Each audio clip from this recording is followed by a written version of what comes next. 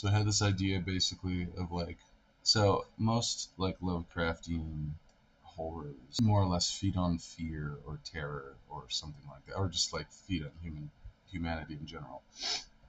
Um, so I was kind of thinking, what's the like blissful version of such a thing?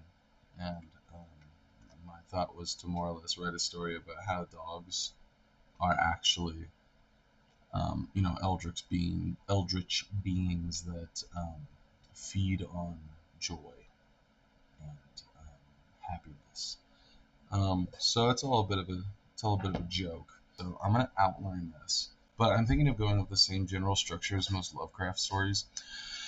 How it's like a found articulation of, uh, a thing. One of the things I find amusing about a lot of Lovecraft stories is they kind of end with the, in Monty Python, the Castle Awe thing, where he must have died while writing it or whatever.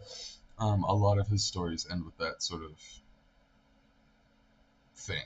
It's very silly to me, um, but it's a trope, and I want to utilize that. So in this outline, basically, it's going to be from first person perspective, and it's got to be some sort of scientist or something like that. I know how to spell, I promise.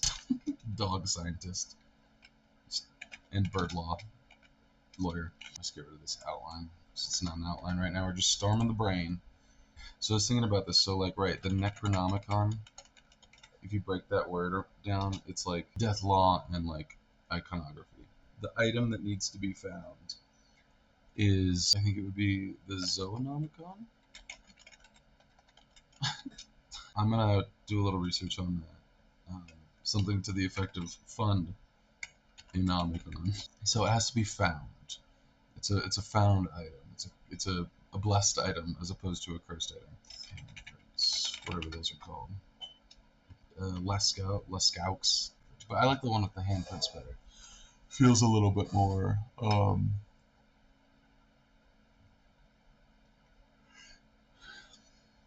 something.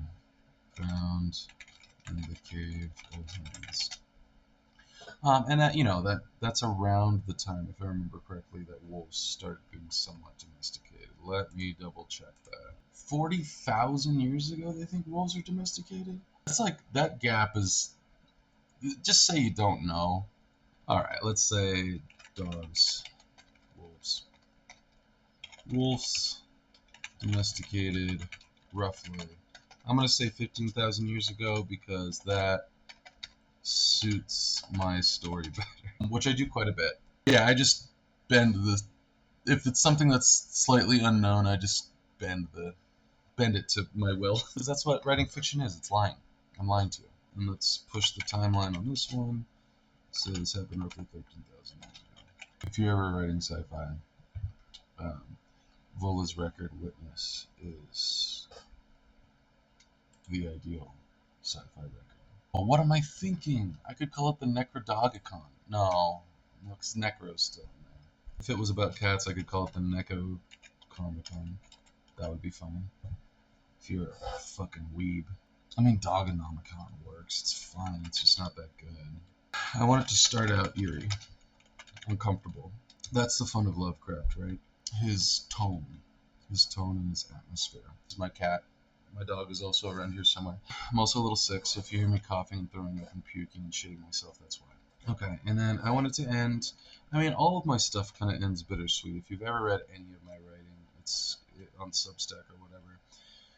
I'm real into the melancholy, and I don't know why that is. I'm not a melancholy person. I think of myself as a pretty happy person, so I don't know what that's all about. I don't want it to end with I want it to end maybe not melancholy, but a little bittersweet, because I like the idea of the ending being that like, oh, that's great.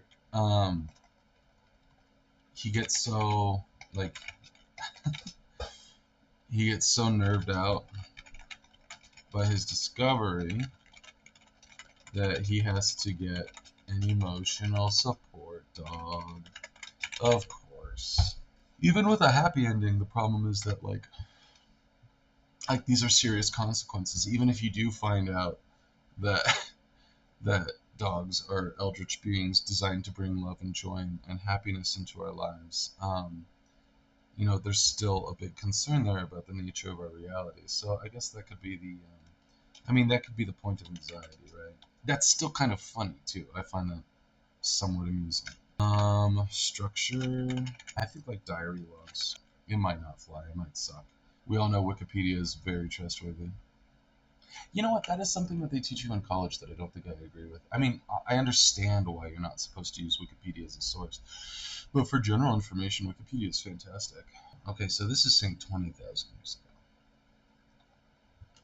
That's a long time.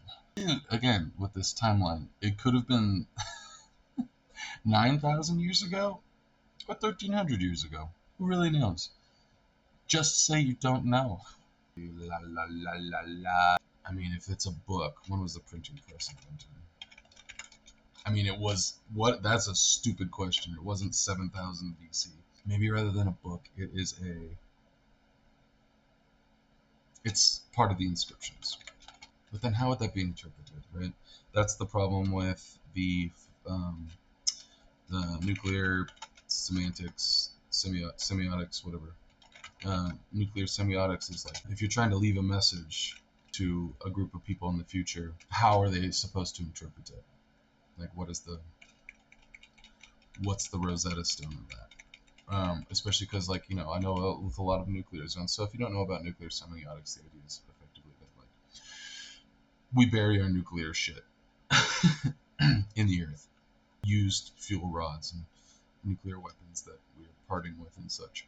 How do generations, thousands of years in the future, how do you signal to them that they shouldn't dig up these remnants?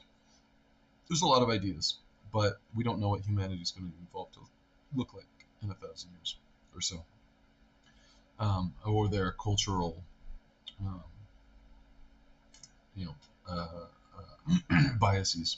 If the Necronomicon was part of the images, the inscriptions on the walls, how would they be decoded?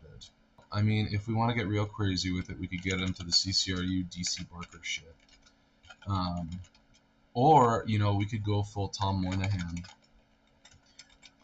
spinal catastrophism. The other option is that, someone left the Necrodogicon, whatever it's called, Necrodogicon, in the caves much later. I'll have to figure that out. That will be a problem. Okay, so I'm about to go to work, so I think I've got a really good start here. Nobody offered me any ideas, any guidance.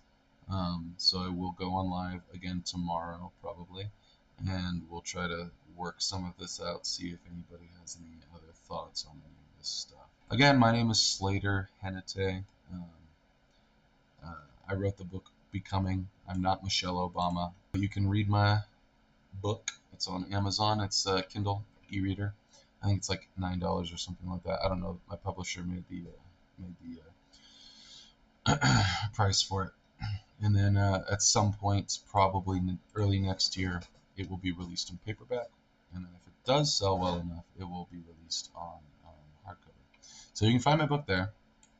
In the meantime, I'm going to be writing this story. If you're looking for me for my writing anywhere else, you can find me on Substack. I love Substack. I go by Simpulacra or Slater Henete. My @ is Simpulacra.